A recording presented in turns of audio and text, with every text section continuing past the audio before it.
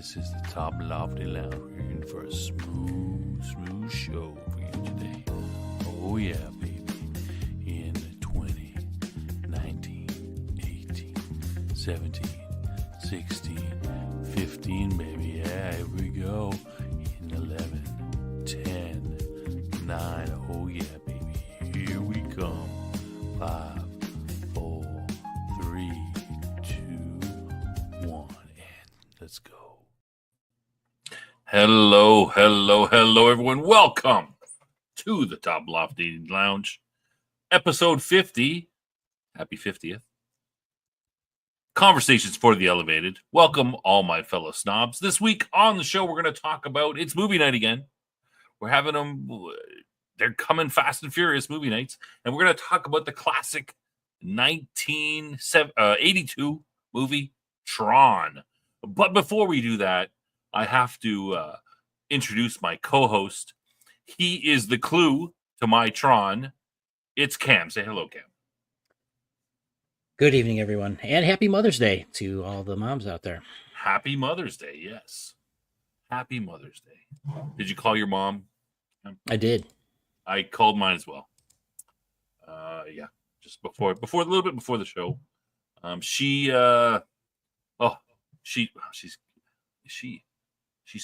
79 or 8. She's 79 now. She'll be 80 this year later. But she fell and hit her side of her face on the table, and she's all bruised up and stuff like that. You know, I live far away from her, but my siblings, she lives close to them, so they look after her. So but I'm thousands of miles away. But anyway, yeah, that was kind of you get. When you're 79 and you're falling down, you got to be careful, right? Because you don't want to fall and can't get up, that kind of stuff. So, yes. Yeah, it's terrible. But anyway, she's fine. But my sister told me that she looks like she's been beat up though, eh? Like she's all bruised and messed up. My mother had My mother had a similar fall where she fell and hit herself right under her eye a while back. Yeah. Go ahead. Mine was above the eye, orbital bone. Okay. Yeah, go ahead. I had it's funny. I had just put in some pads on the corner of some of the protruding furniture in her house recently. Yeah. So yeah, because of that, it was. Well, my mother, she's in good shape. Eh? Like she's not really she's for her age, she's in great shape, and there's nothing really. 79, you get medical problems. She doesn't really have any, but she says that the problem is she rushes to the phone rings. She's like, oh, who is it? She runs to the phone, right? It's one of her children or grandchildren or something, right? And that's when she falls. She fell, so she's got to be like, no more rushing to the phone. And it's funny because I called her, and of course the phone's ringing, and it the thing picks up, right? The machine, and it goes to voicemail. And we don't have machines anymore. And I'm like, oh, all right, I'll leave a message, I guess, and try and call back, because I often call and she doesn't answer the phone. And then, and as I'm leaving the message, my phone, she's calling me back because she missed the thing. I'm like, okay, that's typical. Yeah. Anyway, go ahead. No, that's all I have on that topic.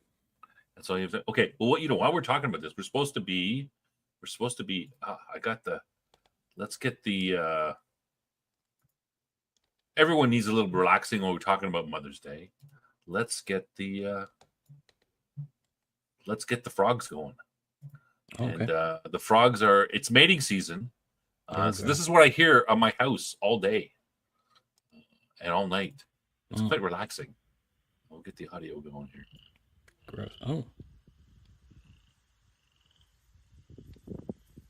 That's the beginning. They get a little louder because, you come by and they get all mad. They're like, oh, somebody's there. Quiet down.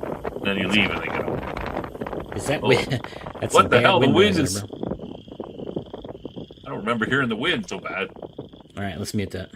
No. That's good. There you go. Well, why don't we say hi to everybody in chat? Go. Yeah, we should. Yes.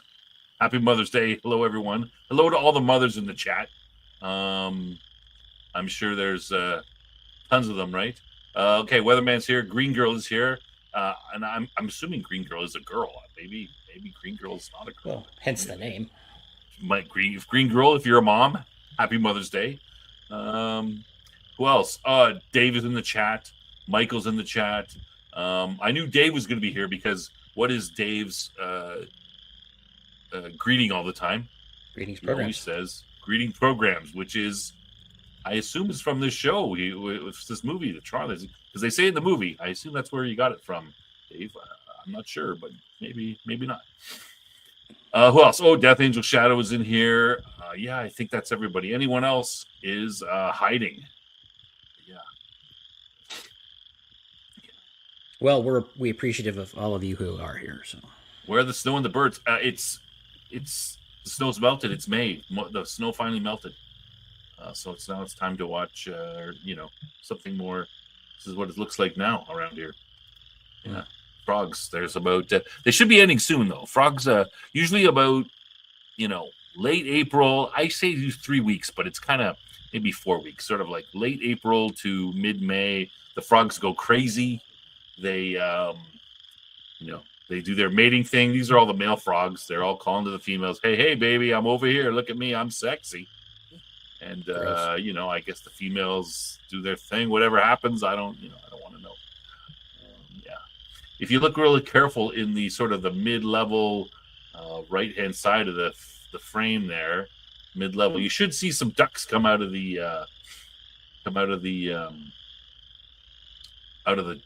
grass and start doing duck things. Yeah. Oh, Mattuine is in here too. Okay. Dave's asking, are the frogs louder during the day or at night? They're about the same. It's hard to tell. I think they might be a little louder at night, but part of that is, at night, usually sound travels a little bit better and easier, so it might just sound louder. But yeah, they pretty much go all the time. They are horny, those frogs. Yeah, but it's kind of quiet and peaceful. I mean, it doesn't bother me anymore. Yeah, frogs around me are louder at night. Yeah, so I think that, but again, it's hard to say, hard to tell. I'm used to it after being here so long. Yeah, but it's nice living in the dugout out in the country where the government can't find you. Right. Mm-hmm. Okay, Cam, how was your week? Before we get started on the show, how was your week? Kind of hectic. May is going to be a busy month for me overall, so a lot of stuff going on.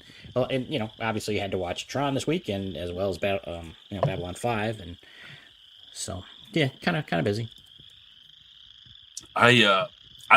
May is probably my favorite month because it's nice out here, but it's not yet into summer, so you still got the whole summer ahead of you, right? Yeah. You're like, oh, it's still coming. It's going to get even warmer. It's going to be nicer. Because then, after once it becomes like, the 21st or whatever, which is the officially start of summer, the days start getting shorter right after that, right? And you're like, oh, winter's coming and I'm going to be freezing my ass off, minus 30 degrees. Oh, so that's why I like May, because it's still everything's still ahead. Yeah. Oh, Herman P. Hunter is in here in the chat. Is that someone who you know, Cam? Yeah, from hangs out in Brian Shear's Discord and chat. Yeah, welcome. Yeah, welcome. Have we seen Herman in here before? Maybe. Yeah, once in a while. He's been in the show before, I'm pretty sure. Yeah. And Death Angel Shadow had an earthquake. Really? Wow. Nothing like that around here. Of course, we're far from Tennessee here. I didn't hear about that. Yeah, I didn't hear nothing about that either. Must have been a small one. Was it the what's that fault that's in Missouri? 4.1. Wow. Pretty small, but still, I mean, not nothing. Yeah. We had one here years ago. I remember, it's very rare for where I am, because we're not near any fault lines or anything. We had a little shiver, and I remember I was I was like touching a wall or something. I happened to be, and I feel this little shake. I'm like, what the? It feels like like very, very, very minor earthquake, or a big one that took forever to get here or something. But I was like, oh, that's weird, because we have earthquakes. But New Madrid fault. That's what I was thinking of. the New Madrid fault. Is that what it's Yeah, called? I think it's in Missouri. Closest to Tennessee. Yeah, That's where Death Angel Shadow is. All right. Well. Yeah. Cracks that duck and cover works for earthquakes too, right? No, this was over near me. Shook for 20 seconds. Wow. You could hear it too. Oh, geez, that's 4 point. Like I said, mine was a little. This was years ago. Mine was just a little shake. I didn't really. Yeah, I'm pretty safe where we are. The only thing you got to worry about is really the occasional tornado, which is very rare, and maybe an asteroid strike. But no tsunamis over here. No earthquakes. But the 10 months of winter is what you have. Yeah. The 10 months of winter and the 2 months of what we say. The joke here is there's only 2 seasons: winter and construction. Yeah. So yeah. 20 seconds. That's a long one. Mine was like a second or maybe 2, not even. Not enough to make you go. Is that earth quack? All right. Not part of the New Madrid fault line that I've heard. All right. Okay. Well, no one's a geologist here, right? Are they? Any geologists in the chat can tell us. All right. I don't have a tool segment, but I did pick up a really good bargain on a set of drill bits today. So. Really? Yeah. How good? Sadly. 50%? Yeah, literally 50%. 50%? Oh, that was a guess, but. Yeah. Yeah. All right, that's excellent. I can never have too many. Sorry. Yeah, go ahead. No, I was just gonna say, it's for a tool segment. Maybe we'll get a tool segment. Maybe. Just put the pressure on Cam. Just follow him on Twitter and just bug him all week. Tool segment. Send him random things. One other thing I wanted. Last week we were talking about sci-fi films, and one of the films that came up that I hadn't seen, which was recommended and was at the top of the list, was Children of Men. So I finally saw that. So it's pretty good. I think it was a little bit light on the science fiction.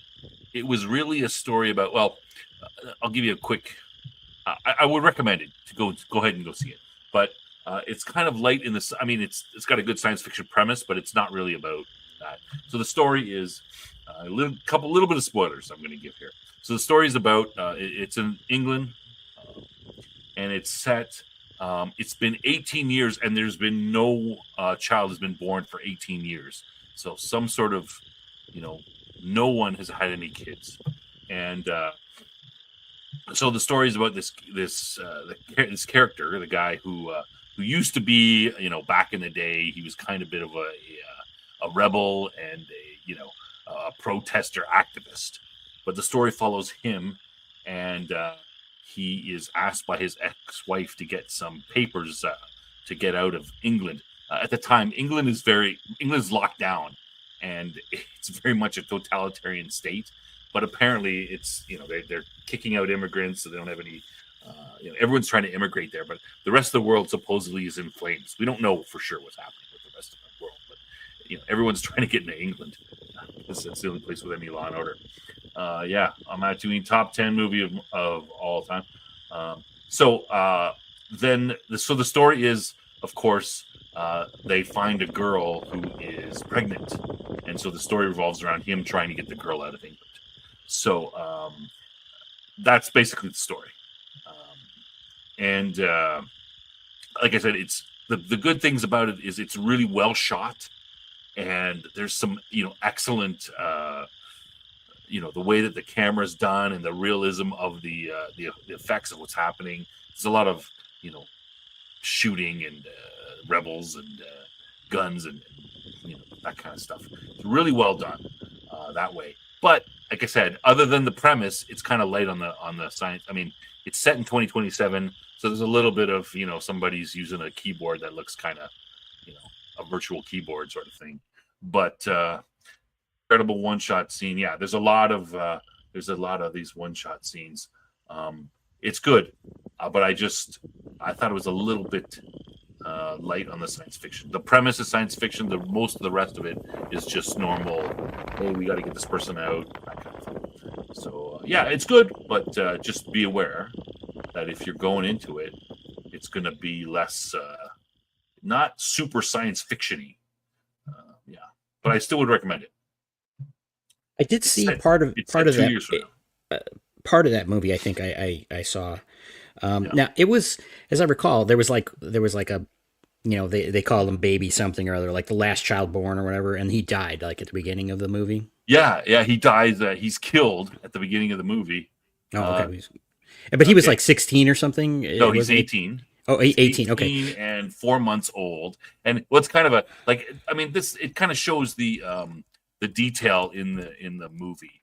Okay, let me first go. It's set 2 years from now. Yes, but it was filmed in 2006. It's more like a Civil War in scope and drama. Yes, Matt Twain is completely correct. It's got a science fiction premise, but the whole of it is Civil War. I thought there'd be more science fiction stuff in it, but it's really just like it's the Civil War in.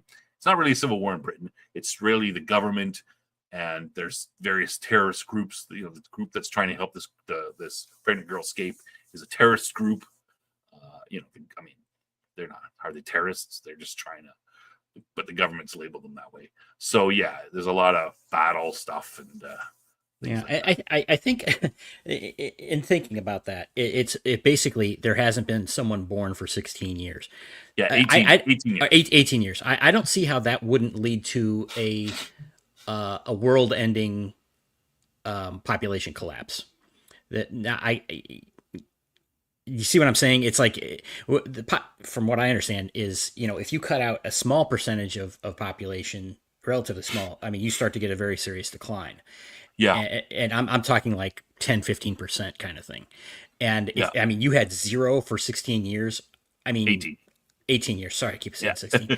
I'm not sure how humanity might not be able to recover from that. I mean, I'm sure yeah. there's some science behind that maybe there's technically a way you could or whatever, but probably not. So funny that you say that is because that's what the main character says at the very beginning of the movie, Oh, right? okay. When they're talking about that, he's like, people are, oh, what if we found a cure or whatever? He says it wouldn't matter anyway. Mm, We're screwed. I mean, and he's kind of, I mean, if you think, if London, England is the only part that's left, everyone's trying to get in there, and they're barely hanging on, right? It's kind of a, authoritarian because they're just flooded with refugees. They're kicking all these refugees out. That's all they're doing, and they're not being nice about it. There's scenes of people lying dead, shot, and stuff like that. It's gone. It's not a democracy anymore. And yeah, that's that the comment has been that comment was made. mm. The What else was going to say? Yeah. So okay, no, you mean the Alex Garland movie Civil War? I say I agree. It's both like that. It is like the Alex Garland movie Civil War, yes, but it's also there's kind of like a civil war going on in the country. Not quite. It's just that these terrorist groups are quite large and big, and they've got some ability. Plus, you've got this whole underclass of sort of 18, 19, 20, 22 year olds who are all pissed off, and they're rioting or they're just fucking things around when they want, like because they're just listless, don't have jobs, and are depressed and whatever, right? And everyone's depressed. I mean, the government gives out suicide kits Like Canada. COVID, like COVID, like they gave out the COVID test kits a couple of years ago. Mm. Yeah, it's pretty brutal. You would think that would be the last thing you would want it to do, right? No, they're handing them out. They're putting ads on TV. Yeah. And one of the characters at the beginning is reading is like, "Will it work?" And they're like, "Oh yes, 100% chance, guaranteed to work. You won't, it won't be a mistake." And like it's all, yeah, it's pretty a lot of Mm. detail in it. It's good. Um, yeah, you're talking about. I want to the thought you were saying about the guy at the beginning of the movie is killed. Yeah. So he's 18 years and 4 months old, and he's the last person to be born, and he's a celebrity, and he is he's killed at the beginning of the movie. It's you get the information from a newsreel sort of thing. The characters are watching the news, and everyone's all sad and crying. It's like when Princess Diana died or something.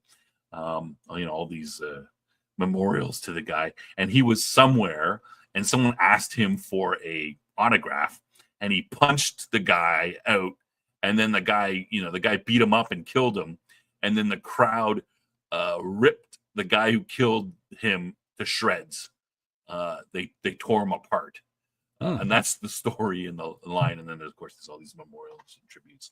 And then they go, oh, and now the youngest person in the world is this person, 18 years and 5 months and stuff like that. Yeah. Michael Caine is great. Yeah, he's great in the movie. Julianne Moore's in the movie. Who's the lead here? I always forget his name. He's that guy that's in a lot of stuff.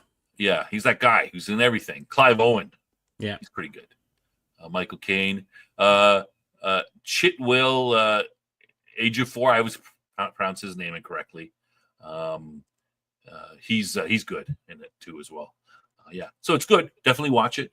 But it's, like I said, it's more of a that kind of story. Get the person out from the evil government type story. Yeah. Then science fiction premise, but yeah. Okay. All right, so audience, you're getting two for here. Apparently, you're getting movie night for because I saw the movie. Okay. And I've been. Oh, and guess what? I got Dark City. Okay. That's next too. I was going to watch it last night, but I didn't get around to it. I'm watching Dark City's next because that's the other one that was on our list that we haven't seen. But anyway, did we talk about with the audience here, our loyal audience, our special movie show that we're going to be doing? Special movie show? No, I don't think we Remember did. when we talked about having a guest come on? Oh, we did? Oh, no. Refresh my memory, please. Should I just say it?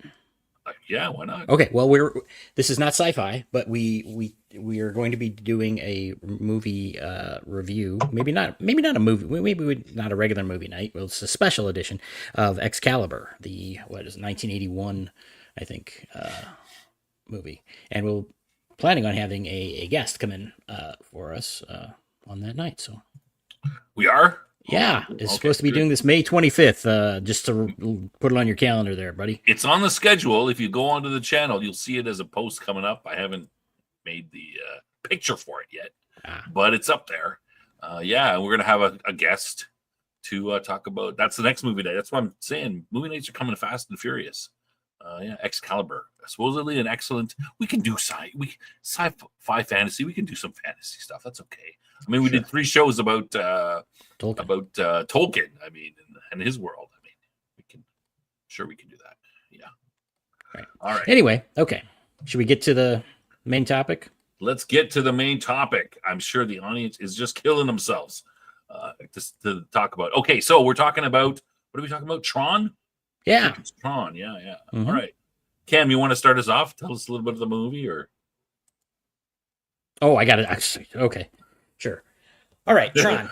Hold on, I'm trying to get something ready here. I meant to put something up. Okay, I'll have to. I admit I am not at all an expert on Tron. I didn't see it when it originally came out. Really? I have seen it. Yeah, I have seen it before the rewatch, that I did this week. But it's one of those movies that I mean, obviously I heard about, but I didn't really know that much about it, and it didn't really. It's from 1982, so this was, I was quite young at the time, and I wasn't able to decide what movies I went to on my own. But this is a movie that would have been right up my alley, because around that time, I was on fire for computer stuff. This was the golden age of computers in terms of the public. Obviously, computers have been around for some time, and people have been doing interesting things with them. But this is when the home computer era was really hitting, and I was crazy for this kind of thing. So, not having seen the movie was actually kind of strange. But okay, so the movie is obviously dated in a lot of ways, but in a lot of ways, it's also seems to hold up to me at least. The basic premise is that you've got this, a virtual world that exists. In in I'm a little confused as to how far it goes. And we could talk about I'm not trying to give you the whole plot here. I'm just trying to kind of go through the outline. You've got a virtual world and then you've got the real world, and it starts out where you see a user, which is what they call the people that are the computer programmers or the people using the programs at least, and then it's the programs are in a virtual world as living beings essentially. So that's kind of the basic outline for how this all works, and then of course they intersect. Um, and well, okay, so that's the starting point. What do you got to say? Yeah. So okay. Well, let me just go out the data here. So Tron, it was released July 9th, 1982. So it was a summer release. So it's obviously they thought it would do pretty good, right? PG, the director, screenplay story, Steven Lisberger. I don't know much about him. But note that he was the director. He also wrote the screenplay and the story. I think he had help on the story, but he's basically, this is his baby. Pretty short movie, 96 minutes runtime. So an hour and 36 minutes. The budget was 17 million, and they made 50 million. So it was a success. A good success. Yeah. I did want this. I think I talked to you about this. This was the Black Hole was Disney's first kind of foray into sci-fi that I recall, at least in that era. And then this was the next one. So, and there's a little bit about that. Like it was totally conceived, by this guy, and he brought it to Disney, and he brought it to other places as well. Disney decided to do it after like a test screening of the style of the movie is very unusual with the backlit sort of animation thing, which was something that everyone was trying to do it. Dave here is correct here. Small filmmaking advertising background, was known for his high-tech animated commercials. That's correct. Yeah, that's very good. And he was starting his own, he was trying to get his studio a little bigger, and he brought it to shopped it around.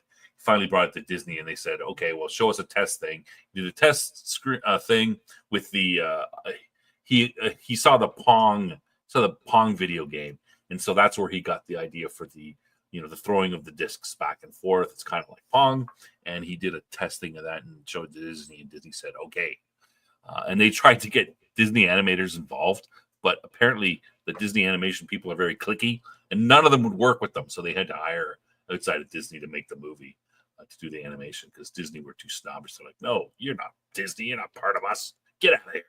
well, it would have been quite a departure for them too, versus the kind of movies they typically would make. Yeah.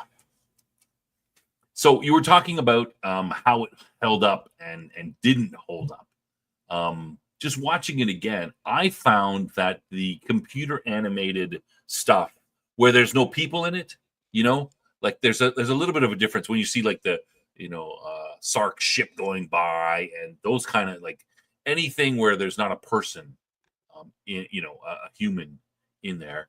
I thought that stuff held up pretty well, right? Yeah. Like you could see that as a style being done now, right? That's a question. I'm watching this and it's like, has this been remastered? I wasn't sure. No, if it was like Internet Archive. Did right. you watch it on my? No, link? I watched your own. I watched it at the kind gift of a friend who has a Disney Plus. Okay. Well, I watched it on the Internet Archive, and I thought like it looked good to me. Like I didn't think it had been remastered. So yeah, some of the stuff really. I mean, the animation, really does hold up. Now the animation with the people in it, you can see that style is a little bit dated and stuff, but it still holds up to me. Like I mean, they wouldn't do it that way. They wouldn't put people in these suits and just have their faces normal. They would have, but like it still works for the setting of the movie. I thought. What do you think? Yeah, it does. It's so highly stylized that it doesn't fall apart. Now I'm sure there are some stylized movies that do fall apart because they just something surpasses it. But there's nothing that's kind of like this that you could say, oh well, that sucks because I see the new one. I guess you could say the Neutron movies are, but I think The it does Tron hold up. Legacy. There's been only one, and they're working on another one, Tron Ares, supposedly that's coming out Right. soon, sometime. I don't know. I didn't look it up, but guys in the chat are talking a lot about the Tron games. I never liked the Tron games. I didn't like the life cycle game. That was too hard. Yeah, I sucked just, at that game. What you just all you got to do is you got to be faster than the other guy, and then you can turn in front of him. He smashes. Like, that's stupid. That's what I thought. But yeah, maybe I just sucked at it. I was no good at it. So I mean, it's kind of one of those things. It's like, man, this was made for making video games, or you know, like I said, the Pong thing didn't make sense. I thought that I'm on a little tangent here, but the thing with Pong and the way that they were doing the fights, you know, with the discs and everything, it's like that kind of worked for me though. It's like I don't know. I like the disc stuff. Yes. Yeah, it was just pretty cool. I mean, I like the look of the life cycle stuff. I just didn't want to play the life cycle or the light cycle video game because it was too hard. That's all. I mean, I'm not. Right. I think it's pretty good, but the actor who played Ram was Billy the Kid. Yeah, was he? I didn't know that, but yeah, I knew he was going to die though. Like, oh, Ram. Oh, there he is. Oh, he's going to die for sure. Yeah, the guy I did recognize his face, but I couldn't have placed him as to who he was. But well, okay. Now that that's been brought up by Green Girl here, is the movie does have some recognizable actors in it. Jeff Bridges being the main character. Well, I guess he's the main character. It's kind of between him and Bruce Boxleitner, who plays Tron. Well, Bruce Boxleitner plays. Go ahead. They all play. They all do double duty. They save money that way, right? Right. Yeah. Everybody's playing something else. Right. So, for example, Bruce Boxleitner plays Alan. He's a programmer, and also Tron, who is the program. Jeff Bridges actually, I guess, kind of plays like 2.5 roles because he plays himself, as a programmer, and then he's also a program called Clue, which is what he's. I guess we should get into the plot and actually explain the plot at some point here, and then he also, spoiler, he gets pulled into the virtual world as himself. Yeah, so, do you want to run through the plot real quick? Just kind of. The plots. Does anybody not know the plot? A computer hacker is abducted into the digital world and participate in gladiatorial games, where his only chance of escape is with the help of a heroic security program, which is Tron. So that's Flynn, Jeff Bridges' character. I guess there's also, you want to say that the evil. Sark. Sark is the master control program. Is the MCP he's the villain of the thing. Sark is his right hand guy, and Ed Dillinger is he's like some sort of vice president of NCOM, and he has stolen Jeff Bridges' games, played by David Warner. David Warner plays Ed Dillinger.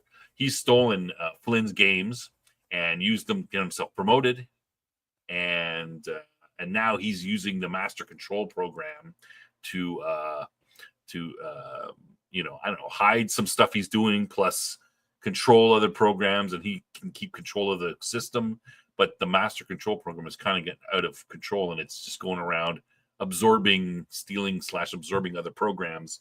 And then in the movie, it threatens Ed Dillinger and says, I'll let everyone know you stole Kevin Flynn's games, and I want to now infiltrate the Pentagon and all these other places. So it's kind of it's kind of War Games ish, the Terminator, where the main program is out of control. That's the interesting thing about it, because there's really not any particular mention of something like the internet, which we didn't even know about it at that time. I guess it did exist technically, but it's really this one company where this thing is, but it is going out to things like they basically the master control program, right? Is basically collecting programs from things like banks and corporations and such. And it does mention, because master control does talk to the people in the real world, at least the vice president guy, David Warner's character. Now, hold on. So when master control program, we hear a voice. Was that voice real? Did you think that was real? I assume that they were just verbalizing what was being typed on the screen to make it easier for the audience, so we don't have to because Americans are Uh, dumb and they don't want to read stuff, I right? So I I think you're assume that probably was right about going that. on. I'm trying to remember if we ever see him. He's sitting at his desk, like looking where he has like a computer screen, in the desk. Yeah, And so I'm trying to remember if he walked in and was talking to it before. I think he might have been. I don't think so. You don't think so? Well, we'll need I a have to fact read. check on you. And remember, so I mean, an MPC Master Control Program only talks to Ed Dillinger, and he talks to Flynn right before he gets zapped into the thing. But Flynn's at the thing, he's typing, Yeah, and the he's stuff is he's coming on the screens. No, no, don't do that. I always just assumed that Flynn didn't hear him. I didn't see any speakers or anything. It was just, yeah, they're just verbalizing it. But yeah, all right, I'll have to look into that. Anyway, yeah, that's the basics of the film, right? Did we miss anything? yeah. Well, it's kind of a they describe it as like an Alice in Wonderland kind of story Yeah, because yeah. going into the virtual world, but in terms of the type of plot, it's really kind of a simple quest story, where it's like, okay, I mean, they show a little bit of the virtual world to begin with, and then they have a segment that's the real world, Yeah. in which you hear this thing about Jeff Bridges' character and how this guy stole from him, and he's trying to find evidence. Hold on. Sorry, I had to sneeze. Yeah. And he is trying to get evidence to get his property back, essentially. Because there's these very successful programs that, including arcade programs that have been made from his designs. And so it's the thing. It's like, oh, he's a rebel. He works at an arcade, which is kind of funny because the arcade. There's several movies where the arcade is the kind of the hub of where the action's happening. Yeah, Last Starfighter. Right. And so Alan and what was the girl's name? Cindy? Is that right? No, Laura, Laura. Okay. the his girlfriend. You mean, right?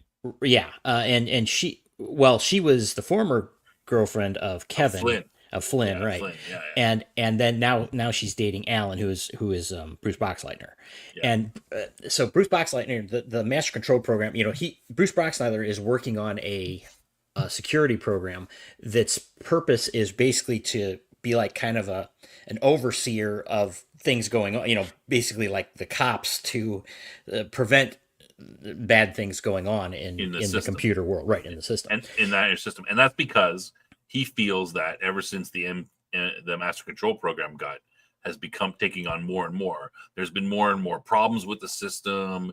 You right. Can't get where you're supposed to be done. There's glitches, which there aren't. It's just the Master Control Program doing its bad stuff, right? Right, and then you see this, so that you see that outside, in the real world, and then you also see it in the virtual world where, well, they have the one scene that includes is a program played by Peter Jurassic, who is Londo on Babylon 5. So you have both Bruce Boxleitner and Peter Jurassic from Babylon 5, and David Warner, who had appeared on there as well, in this movie, and he plays an accounting program or something, and it's like he's getting like kicked around, and like the goons, Master Control's goon squad. It's like they're capturing all these guys and putting them in like these gladiator kinds of things. And I guess they're destroying them at some point. When they get beat and they're de-res. So it's like, I guess they're destroying programs in the real world.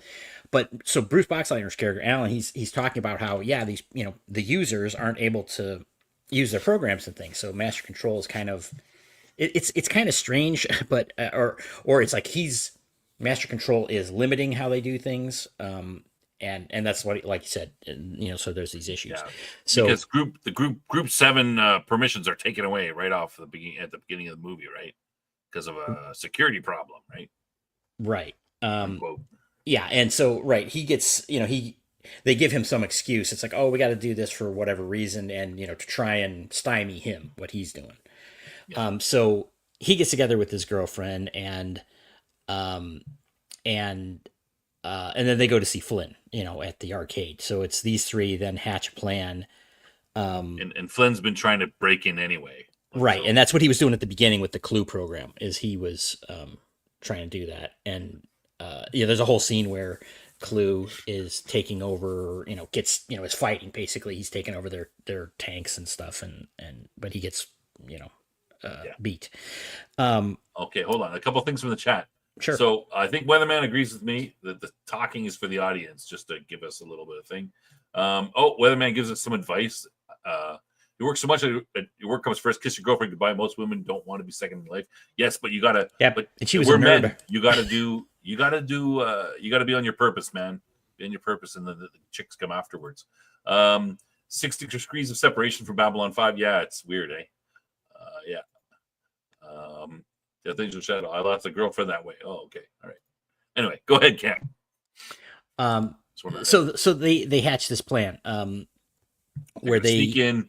Right. So it was something like they were going. They had to go to the facility, and then they were going to get like a level 6 access or something like that, and then through that, there's nobody. Level 7's all gone because they don't have those anymore.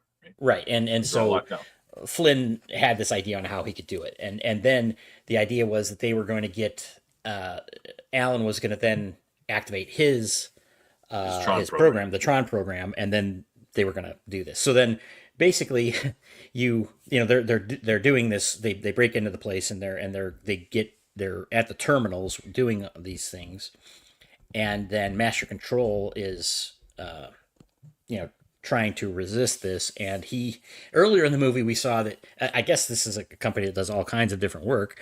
Laurie, digitizing the stuff in the real world. Like, come on, that's right. Yeah, right. Laura and what's the old guy's name? Lara, Dr. Gibbs. Yeah. So Gibbs I guess was the founder of the corporation. He's kind of like the brains behind one of the founders. Original. Yeah. But now he's kind of been pushed off to the side, and the VP guy here is running things basically. But he and Laura were working in the lab down there, like digitizing objects.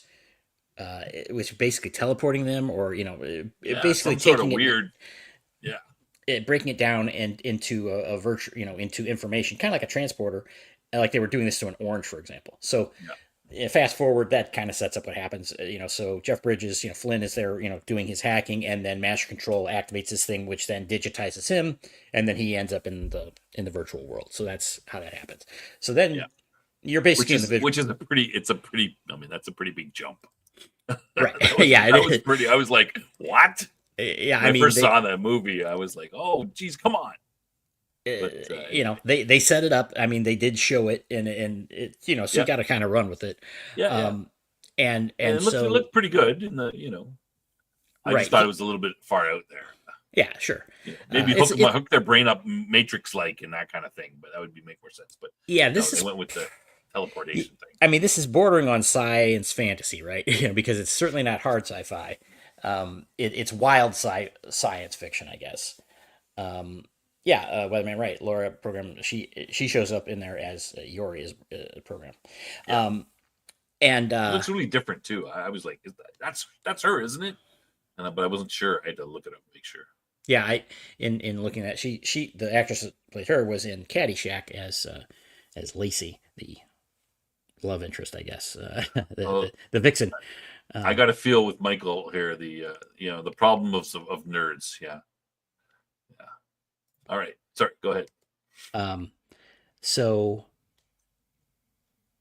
Okay. So now we're in the virtual world basically, because Jeff Bridges is the main character. We're basically following him around, and they do mention a few things like nanoseconds or nanocycles or something. So apparently, you see this. I don't know, what good 45 minutes of the movie or something is all of them inside the virtual world, but this is happening in the real world very quickly, I think. I think they should have pushed that a little more, right? Like there should be, imagine. I mean, I like that idea. Like, imagine what's going. I mean, nanoseconds and stuff are going on between the time you push the letter A. You're typing a word THE, and you press the time between T and H. I mean, that could be years for the right. The guys inside a computer, right? And I thought they should have pushed that a little bit more. Yeah, but you're right. They do at one point. Well, okay. So this quest basically starts happening.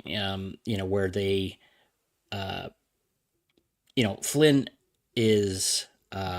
The thing I guess we should mention is, for some reason, the programs they mention, like Peter Jurassic, the accounting program, he mentions, oh, my user's going to be mad or something, if something happens to me, Yeah.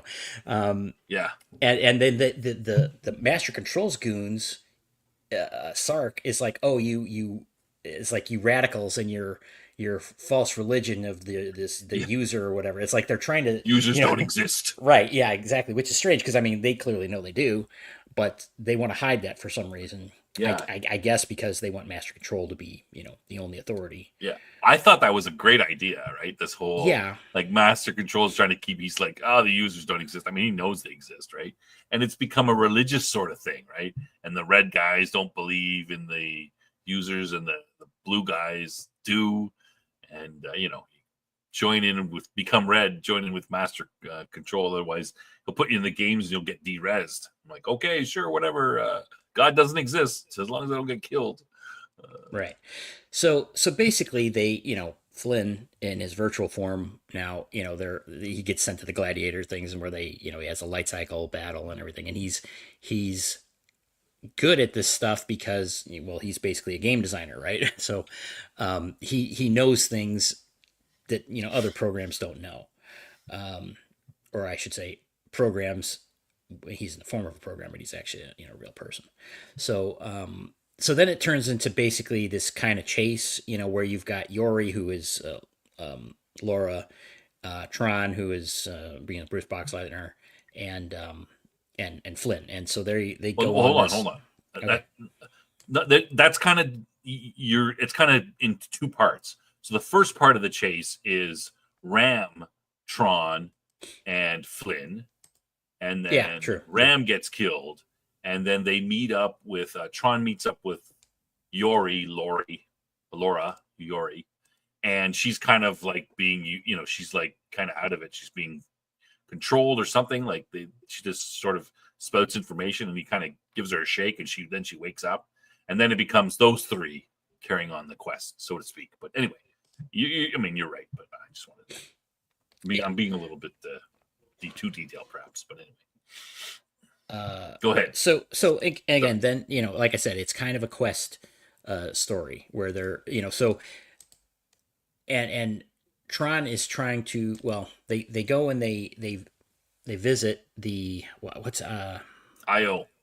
Yeah, IO. Input output. Right. Where you can talk to the users. Right. And because, Tron is trying to go get interface with Alan, who's in the real world, he's sitting there waiting to do this, so then they could get the information. They're following the plan in the real world. So that's what he does, and Tron is going to get this interface, which he does. You want to go from there? Yeah, he gets the interface, and so I mean, so they're going to release Tron, and then he's going to defeat the Master Control program. And in order to do that, he's got to get the disc that he has, right, which has the program. Yeah, it's like they all they have. It's like part of them, or yeah. But like I said, with the Pong thing, they use it as their weapon, and all these different things. He's supposed to insert it in the bottom of the Master Control program. And that will defeat the Master Control. So I mean, it's just a way of running the program, so to speak, right? Yeah. Anyway, so they escape. They both. There's a couple times where they think Yori and Flynn think that Tron is dead, and Tron thinks that they're dead. He faces Sarek, and at the same time, assuming he's the last guy there, but they also are trying to get there. And Jeff Bridges jumps into this data stream or stream of light, which they don't really say what it is, I don't think. And that distracts the Master Control program enough so that Tron can throw his disc in the right spot and defeat him. And you notice they had anyone who played any of the games, the Master Control program has that spinning wall. That wall, I always remember it spinning, but it wasn't spinning in the movie. But I always thought it was spinning. I think it spins at the beginning, but then it doesn't for some reason. But anyway, he's throwing his disc at it. It's hitting a wall. But anyway, the wall breaks, and he's distracted. He defeats Sarek and kills him. But then Master Control Program says, I'm going to give you all my power. And Sarek becomes giant, and he's still fighting him. And, of course, Jeff Bridges then jumps into the stream and distracts the programs, Master Control somehow. And they throw the disc in, and everything's good. Yeah, we win. Yeah. Good triumphs over evil.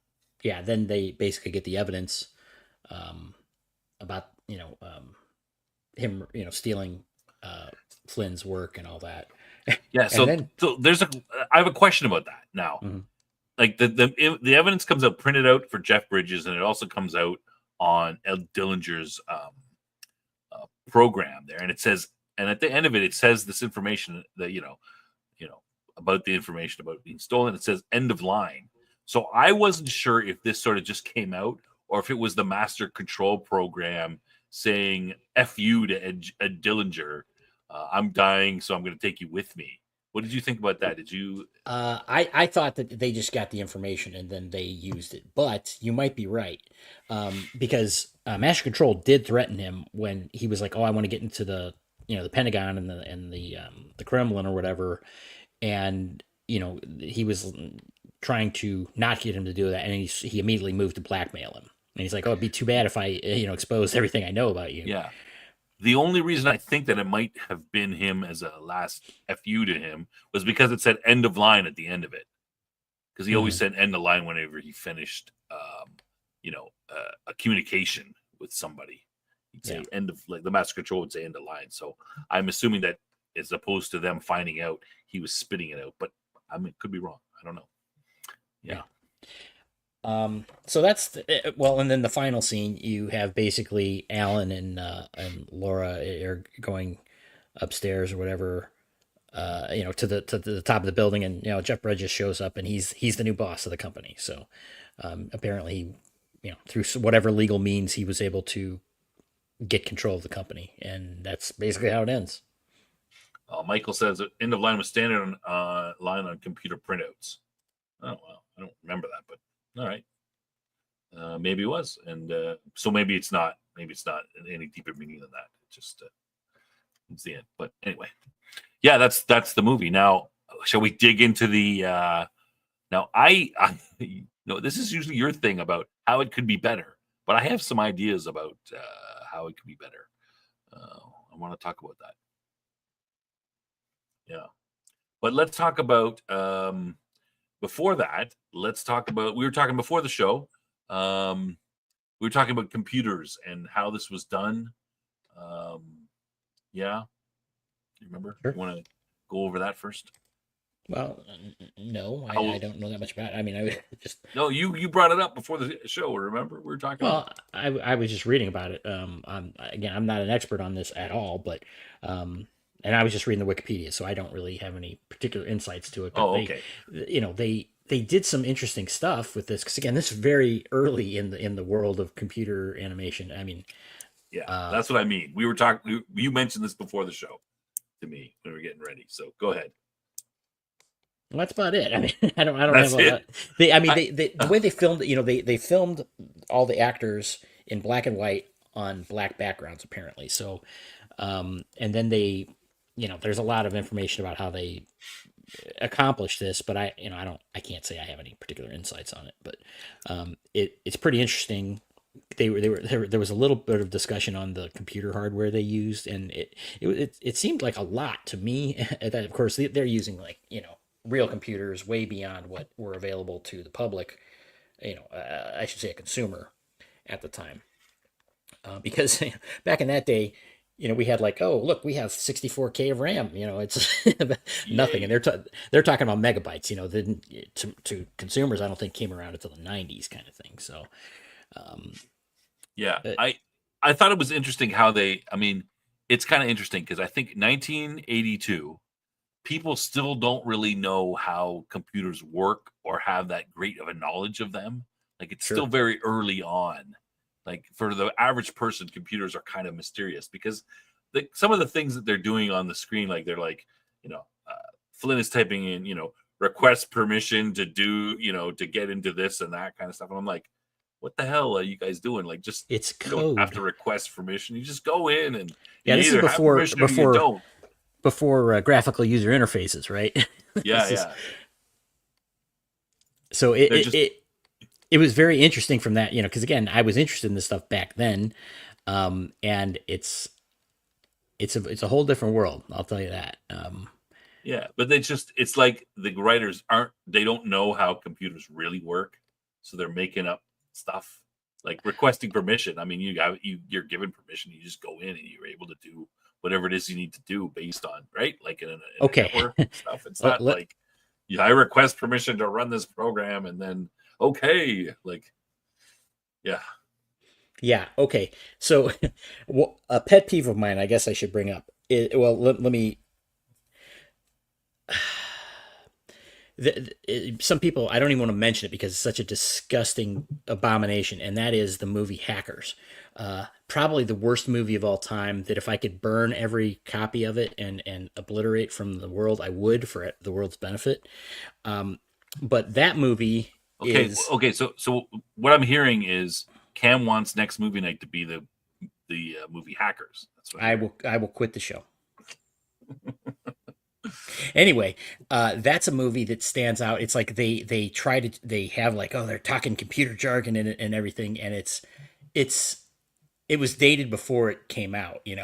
It's so bad. It's like, just don't do that. And this movie doesn't do that kind of thing. I mean, they don't try and talk specs to seem like they know what they're doing and everything. It's on a different kind of level, and probably the reason I'm mentioning this is because what you said is, in 1982, your average person maybe had, some interaction with basic programming or something like that.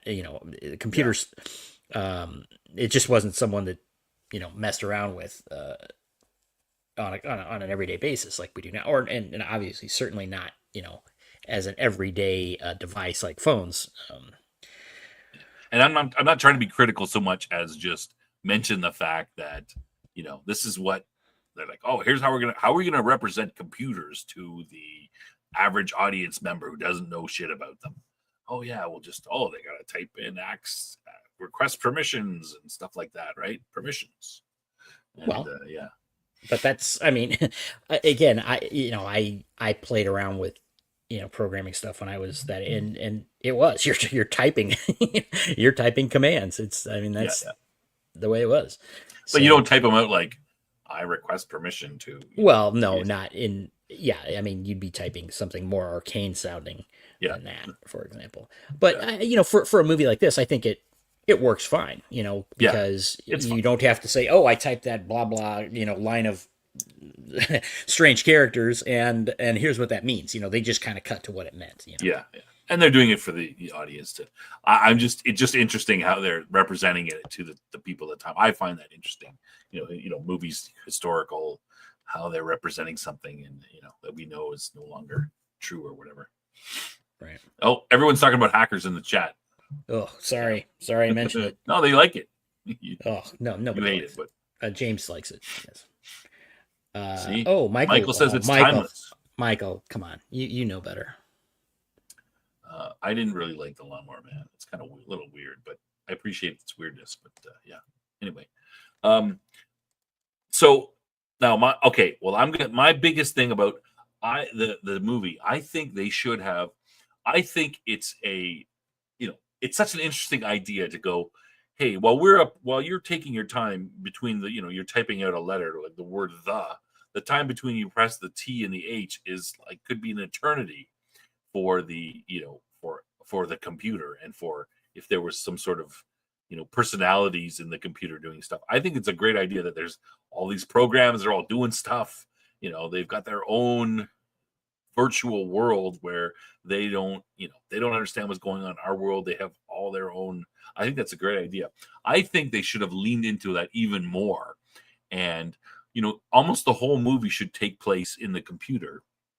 And I think they should have leaned into the religious side of it a little bit more with this whole, the humans are gods, and Yeah, the whole premise totally they could have done a that. lot more with. Yeah, and I think that would have been a great movie. Like, it would have been awesome.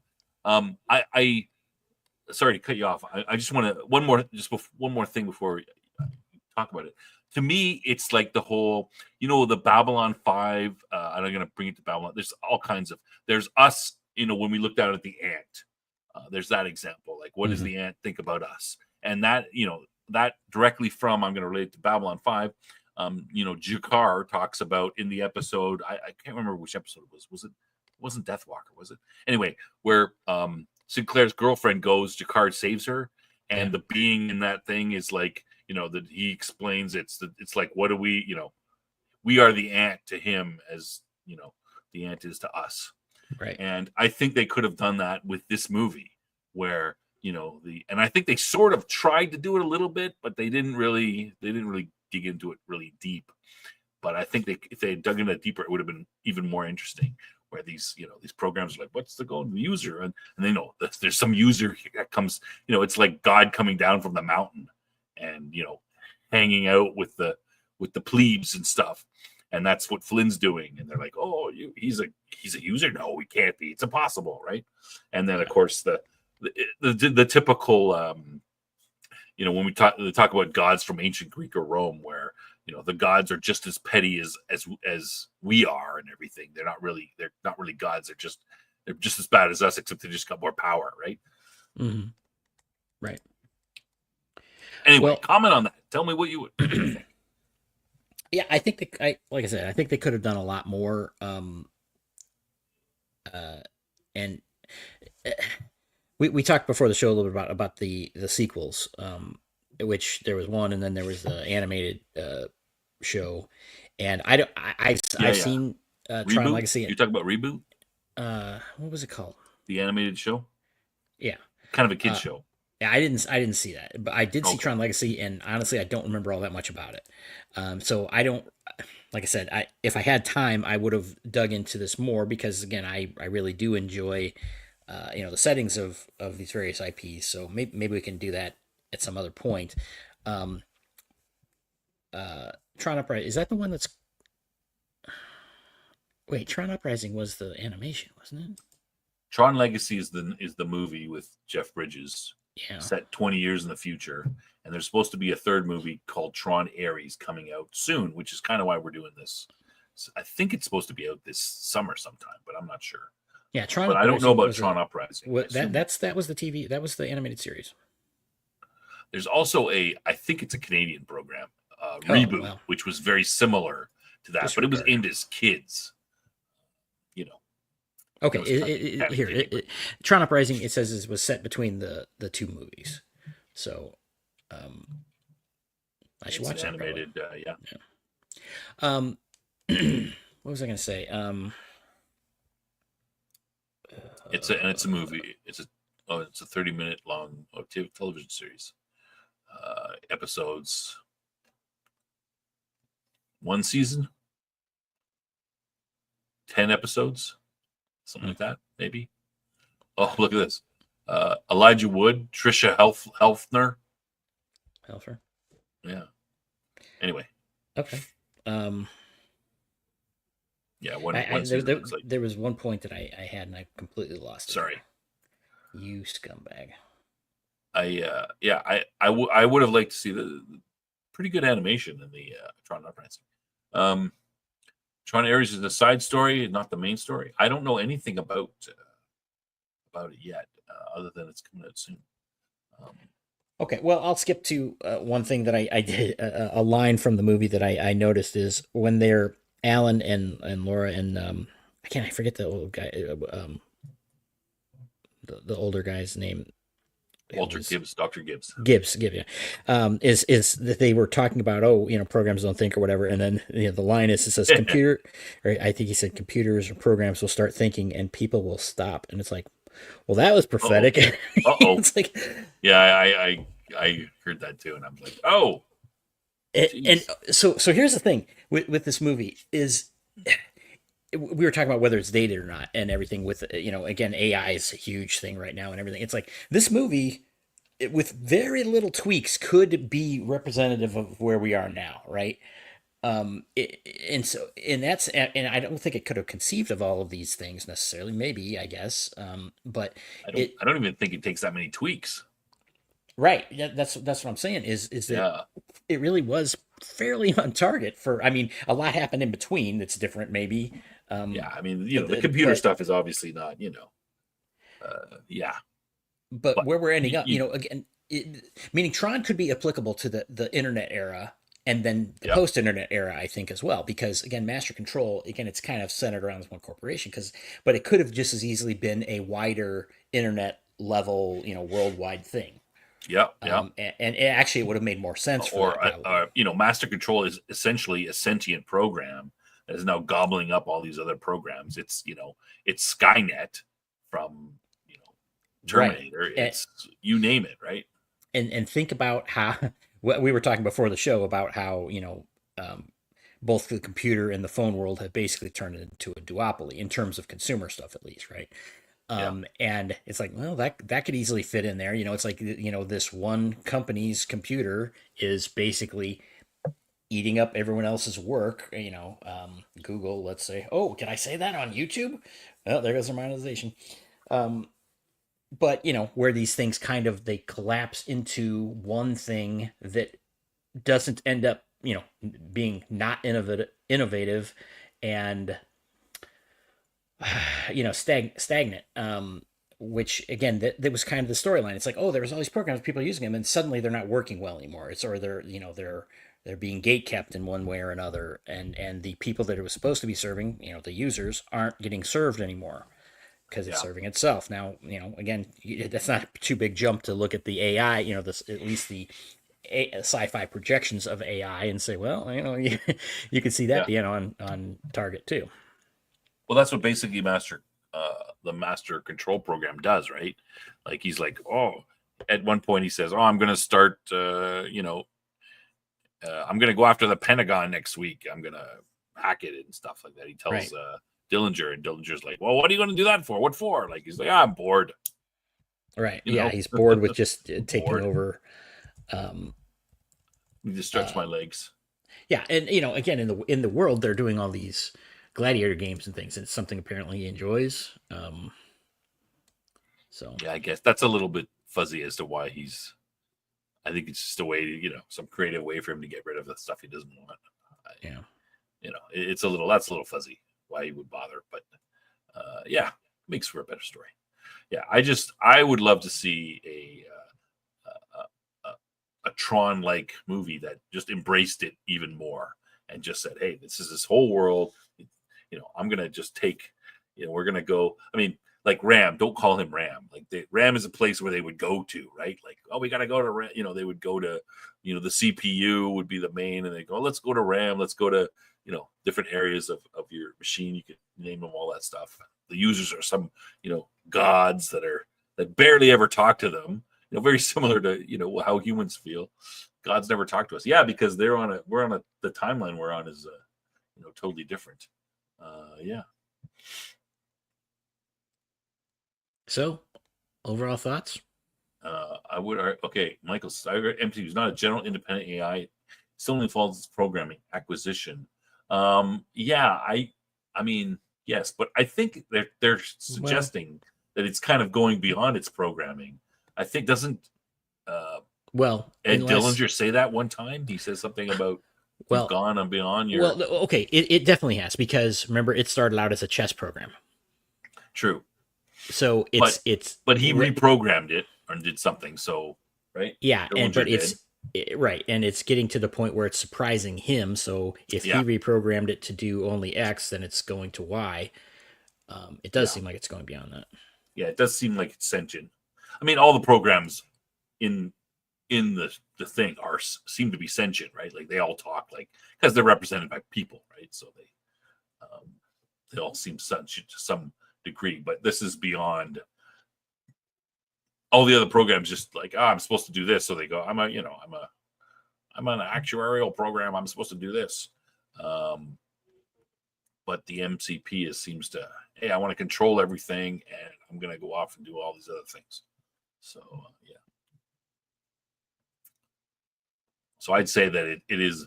I don't know. Is that the first example of the sort of the AI takeover? War Games is 1985, I think, right? 84, 85. I mean, this is before the Matrix. Obviously, it's before. Well, Terminator is 82 as well, right?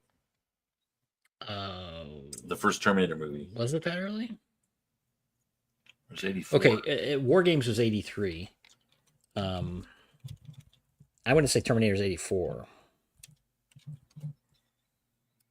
Let's see. Yeah. Terminator, 1984. Yeah, 1984. So this is maybe the first example of a, of the well, sentient program trying to take over the world sort of thing. Maybe in this, someone, well, I mean, look, Moon is the Harsh Mistress. I mean, we know that one came before this. So yeah, that's a book. I mean, it was somewhat different, but yeah. Oh, well, okay, movie maybe it might be. I'm wondering if this is the first movie to have a sentient, the beginning of the, in movies of the AI, the fear of AI sort of thing. Yeah, if anyone can think of an earlier movie that does that, I mean, of course we have it in books for sure, but an earlier movie that sort of goes with this might be the first one, maybe. It's not super, it's not done to the extent of, Skynet or Matrix, of course, but still there. Yeah, Machine God. Yeah. Yeah. So one thing I know I think we got onto this because Jason was on Sci-Fi for Me TV. Go check out that channel. Was talking about the new movie Tron Ares, and he's angry because Tron is not going to be in the movie apparently. Now maybe there will be a cameo or something like that, but I don't I don't agree with that assessment for the sake that the Tron world is the Tron world, and even though it's not about the particular character of Tron, I don't think that that's any reason to not have it. Now, whether they would name it something different, I don't know. You kind of throw away your name recognition if you do that, right? If you come up with some other generic name, you've got nothing to start with. So, yeah. I don't think there's anything wrong with that. I don't think there's anything wrong with telling side stories. If there was an easier way to do it, sure. But, people, even though it's a relatively obscure thing, people do know the name Tron. Side note. Yeah, Jason, come on and defend yourself. No. I would agree. I mean, I think you have to. It would be known if you were talking about this movie, you'd have to call it the Tron universe, right? Like that's you'd have to call it that. It doesn't, And I think that this universe could be a fairly story rich. You could do all kinds of stuff. And, right. You could. Go I would assume you'd call it Tron simply because that's how people would know it. If you called, it was called something else, then you wouldn't, people would be like, what's that about? Like, you wouldn't understand that it's a Tron universe. You have to call it that. You have to have Tron in the title, even if he's not in the movie. All right. Yeah. Okay. And now you mentioned that about, where they could go with it. Okay. So if you think about 1982, the real world, right? The things that are happening in the virtual world are wildly advanced, right? It's not, like I said, it could have applied to the internet world before anybody knew anything about that, or even, modern AI kinds of speculations, things like that. So imagine if you took today and then you speculated further. Again, talking sci-fi, right? Speculation is you can go to real wild places with this and do all kinds of things. And then, so any comments on that? Yeah, I mean, I think it's a pretty wild, pretty open universe, and you could do lots of stuff. Weatherman says there's 21 books. Yeah, let me just go here. Okay, so I think Michael is saying Colossus: The Forbidden Project is an earlier science fiction movie that talks about computers taking over the world. I think that's what you're trying to say. No at me. I think that's what you're trying to say. I don't know of that film, of course. I'll have to look it up. 2001: A Space Odyssey. I wouldn't consider that one counting, Michael, because that is a rogue AI that goes crazy and tries to kill them. But that's not an AI that's like, I'm going to take over the world and destroy humanity or control it or something like that. So I would And say that it is a rogue, computer, but it's not the same thing. But I would also say that maybe I'm that's being a not. little bit. It's not a case at all. Hal, that is of trying to do something, getting out of control. Hal was trying to accomplish what he was programmed with doing, and he was met with a contradiction that he tried tried to resolve in the best way he could. So it's really more like a danger of lack of clarity than it having its own bad motivation, even though it was obviously bad for the astronauts. Yeah.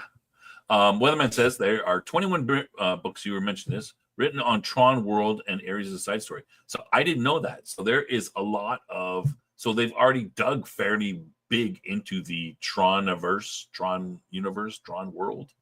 I mean, it's not surprising.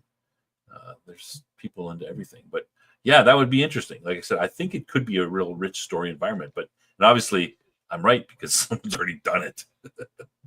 Oh well, I'm behind in the times. But yeah, that would be interesting. Areas of the side story. I mean, a good story is a good story. I'll watch, read, listen to anything if it's a good story. But it's got to be good. Aries is about a program escaping the computer world and starts wreaking havoc. Could be interesting. Whoops, I meant this one. Well, it's a famous VR series coming soon as a TV series. I'm not sure which one that you're talking about. James, is there, Cam, do you know a famous VR series coming soon? It's a TV series? No. No. Yeah. I think, Dave, you're talking about Disney, that Tron Ares. It's a Disney it would be a Disney movie, so they might have screwed it up. Is that what you're implying? Yeah, maybe. They seem to do that a lot lately. Okay, and Michael's filling us in a little bit about Foreman Project. Western Defense Program realized the Soviet version is trying to protect people. Also, they combine together to take over the world in peace. And is that a movie? Michael, confirm. It is called Colossus, the Foreman Project, 1970. A movie. Interesting. Yeah, just let us know if that's a yes or yes. It is a movie year. People can look it up. Yes. Okay, it is. It is a movie. Yeah. All right. That's interesting. So 1970. That's fairly early too. We've been proven dumb by the Hugo Award-winning novel. Are you talking about the Foreman Project as well, or is that one of the James? Is that one of the? Are you talking about the VR series coming to TV? Not sure what you're referring to there, James. Hugo Award-winning. I mean, back when the Hugos used to mean something. If you got an early Hugo, not in the last 10 years, they're kind of 10, 15 years, they're kind of tainted a bit. But before that, Hugo or Nebula Awards, those were good books for sure. Yeah. All right. Okay. Did we miss anything on the movie? Let me just look over my notes. Just our quality analysis. That's the only thing missing. Yeah, I think I mentioned everything that I wanted to talk about. Quality analysis. All right. Not Snow Crash, the other one. Well, who's Snow Crash? What's that? I don't know. I think I'm not following the chat close enough because not Snow Crash, the other one. I don't know. I'm not sure what you guys are talking about. You mean there. But anyway, quality of the movie. You want to rate it, Cam? You want to give it a? Well, all things considered, I'd say. Well, I don't know if I have a number to put to it, but I'd say it rates pretty high. It's again, it was kind of a simple plot, but it had some cool elements that hold up. The plot's a classic kind of plot. And for me, it hit some of these cool nostalgic points as well. So I'm gonna B plus A minus kind of thing. I think it's and it's got a world that is worth delving into more. I'm again, I'm not an expert on it by any means. I barely remember it, but it's having seen this, it makes me want to look into it more and see some other things. So yeah, I'd say I'm pretty favorable. Yeah. I agree.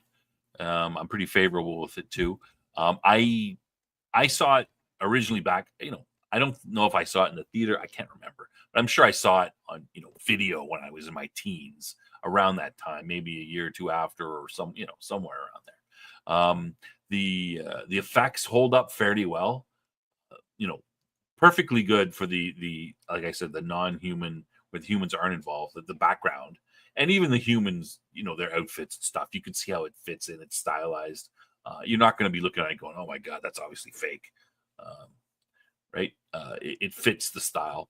I kind of felt that the story was it moved. The movie was a little short, and the plot moved on a little bit quick.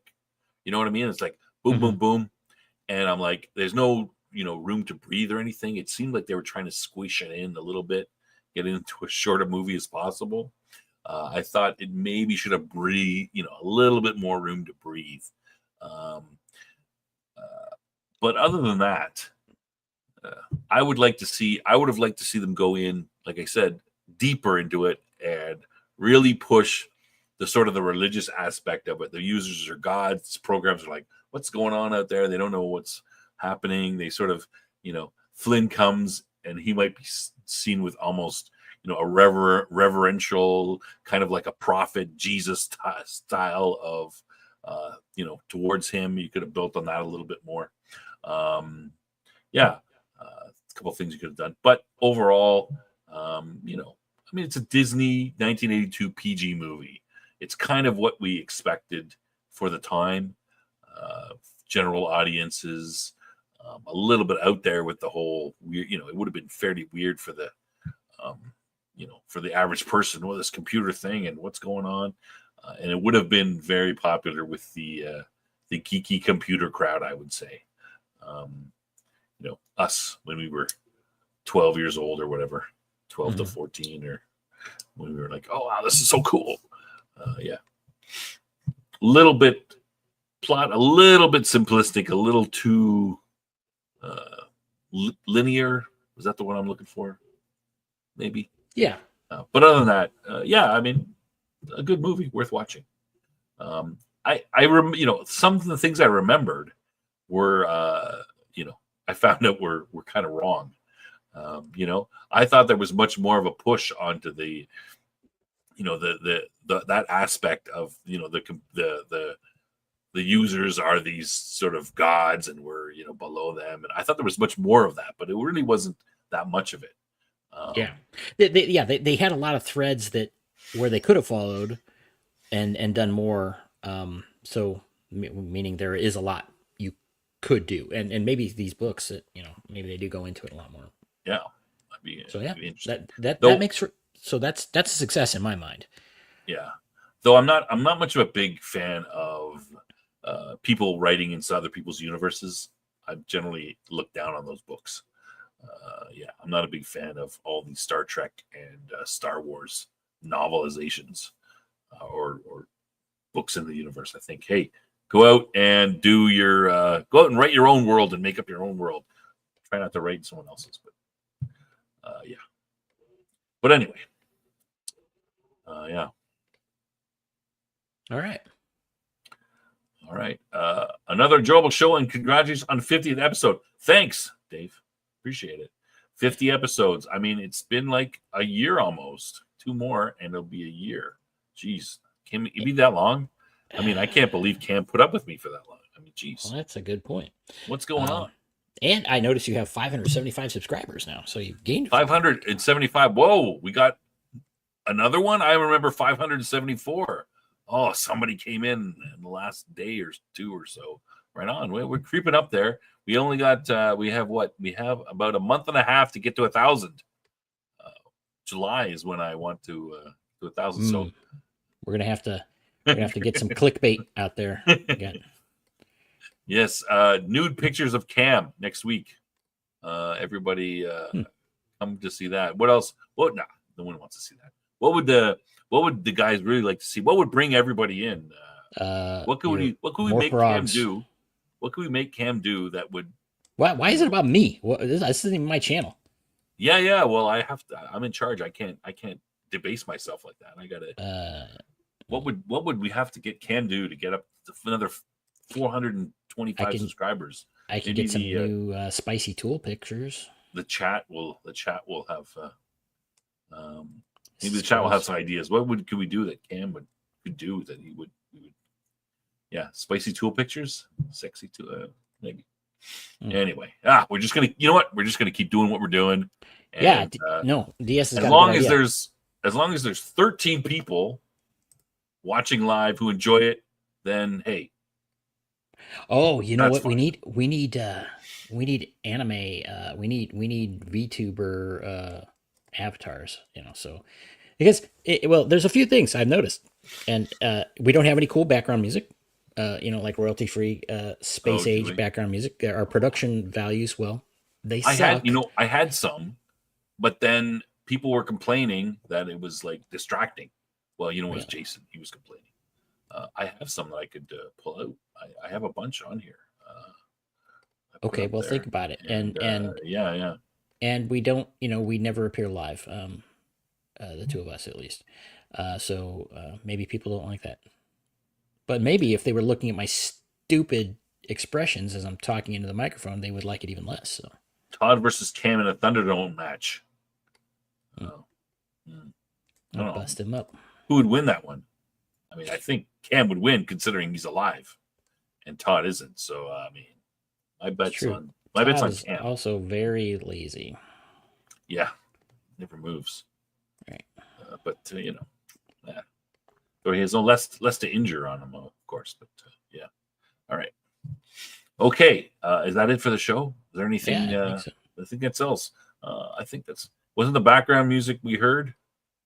The frog. There was the frogs. Yeah. But there was other. I hit some other stuff. And, yeah. I mean, I could do that. But yeah. There's complaints. What's that noise? I can't think. Oh, somebody wants jokes. Oh, that's what I think. I see other people, other YouTubers threaten their audience. Like, if we're going to stop the show if you don't get us more people, more likes or more whatever. But we won't do that. But we will do some jokes. I have some. I got some. Would you like, Cam? Would you like some Tron specific jokes? Yeah, let's go that route. All right, let's. Okay, this is not a joke so much of a statement. I like Tron quite a bit, but I like Megatron a million times more. That's a great joke. Oh, what? You laughed? Yeah, that's Cam a good laughed. One. Oh my goodness! What the? Yeah, it's a win. Take it.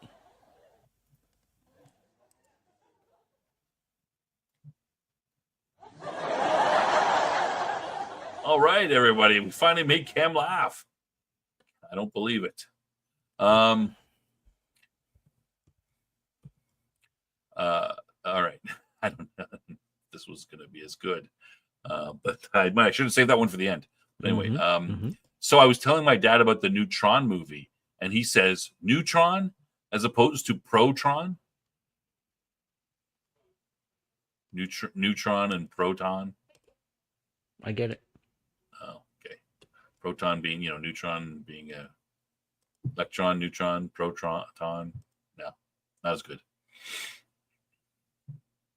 All right. Should we end it at that, or do you want the last one? No. Can you? It's not a Tron one. That's it. That's all the Tron ones. Let's just keep it at that. Let's not wreck it, right?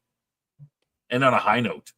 Okay. Yeah. All right. That's the show for tonight. Thanks everybody for joining in. We appreciate it. If you want to have any other comments about Tron, you want to about the movie, drop them in there and we'll respond. Cam and I read them all.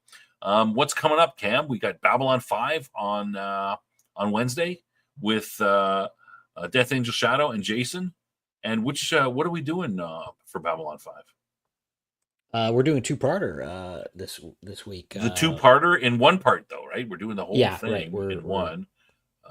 And we're doing Lost in the Wilderness? What's it called? Lost in the Wilderness. Let me double check. I have it too. Okay. A Voice in the Wilderness. Voice in the Wilderness. There we go. Parts 1 and 2. So two-parter. I'm gonna maybe I'll watch that tonight. I usually watch the show on Tuesday. I know you watch Monday. But, yeah. Yeah, we might be in for a decent run here. I'm hoping. And we're going to do. Shall we let everyone know? We're going to do a season 1 wrap up, and we're going to do it on Jason's channel, but it's going to be simulcast over here as well. So now I'm going to still host it, so you're going to still be stuck with me and everything the normal way that it's all done, but it will be on Jason's show and on his channel, but also on this channel simulcast at the same time. So you can watch it whichever one you want. It's fine. I think we'd be able to monitor the chats from all of it anyway, so everybody will be there. But yeah. Stomp says, I'll keep telling bad jokes if you don't join the Discord. Well, I think all the jokes are going to be bad. I think, isn't the threat, I'm going to stop telling bad jokes if you don't join the Discord? I think that should be the threat, isn't it? Yeah. Well, how about this? How about you do a nice formula? How about you say, I'll tell 3 jokes a week, and I will reduce that by the number of new subs you get. I hate to. So if we get 3 subs a week, you don't have to listen to these jokes. Yeah, just threaten the poor audience. I mean, it's just I don't like that so much. But all right, I'll think about it. The original Tron stories are not all written by one writer. All right, I think it might be worth checking it out. I mean, I'm curious if they're written for adults. As long as I'm not a big fan of things that are YA or written more for kids. So if it's as long as it's, I might enjoy it myself. Yeah. So anyway, we're saying subscribe, pass it around. Try to get. We're trying to get up there in our subscribers. If you know somebody who might like the show, let them know about it. Come and subscribe. We got the Babylon 5 coming up, and then next week on this show, what are we doing? We're going to do. We're going to talk about the black hole. We're going to have a guest who wants to talk about the black hole, and we're going to pull it apart a little bit. Cam, I'm going to try to redo it. This is your area of expertise, right? Yeah. Feel free to jump in and disagree or this agree. was inspired by someone else on the internet, a fan of the black hole, right? Yep. And so we're going to discuss it in more detail. Yes. And you'll have more than just us 2 morons too. James wants to be a guest. Well, I mean, we have a fairly open policy on the show, on this show and the Babylon 5 show. I'll go over that real quick. The Babylon 5 show is we have 4 guests. We have 4 hosts, and we're happy to have a 5th host. If anybody wants to come in and say, hey, I really like this episode, or I want to be a host for this episode, I want to come in, we usually go, yeah, as long as, respect the rules, which is just, let everybody talk. And I mean, I don't really see any problem with anybody that way. But yeah, we let people in. Now, this show, we don't usually have guests. Sometimes we do. But yeah, if you want to come in for a certain show that you see coming up, let us, let me know. I usually just subscribe to me on X or leave something in the comments. And then we can, I prefer to talk privately, like through like DMs on X or something like that. But yeah, we can talk about it and just, yeah, I mean, we're open to letting people come in. We just want to make sure that, you have something to say, and yeah, shouldn't be a problem. So James, get back to me on X or in the comments here. Can you be a guest? Yes. The short answer is yes. But my question would be, what show do you want to be a guest on? What do you want to talk about? That kind of thing. Yeah. Oh, Discord, of course. Look, I mean, I always forget. I think just I was talking about. Yeah, join the Discord and just send me a thing there. We can talk there. We can even live talk if we have to. Yeah, about what it is you want to do in it, and I would be open to it, like I said. But I would want to. I'm not gonna. I'm going to say yes provisionally, but I still want to know that. Hey, what are we going to talk about? What's it's got to fit in with the show and everything like that. But, we're pretty open. Cam always wants more people on because he doesn't like to talk to me. So, yeah. All right. Did I miss anything, Cam? No, I think that's it. Are you still there? Oh, God, I thought maybe you'd already left. Still there? Yeah, yeah. All right, that's it. Thanks everybody for coming by. We appreciate you, and we'll see you hopefully on Wednesday or next Sunday. Yep. Thanks, everyone. Everybody. Good night. Things that people say, but I'm gonna make it anyway. Yeah, got Ken.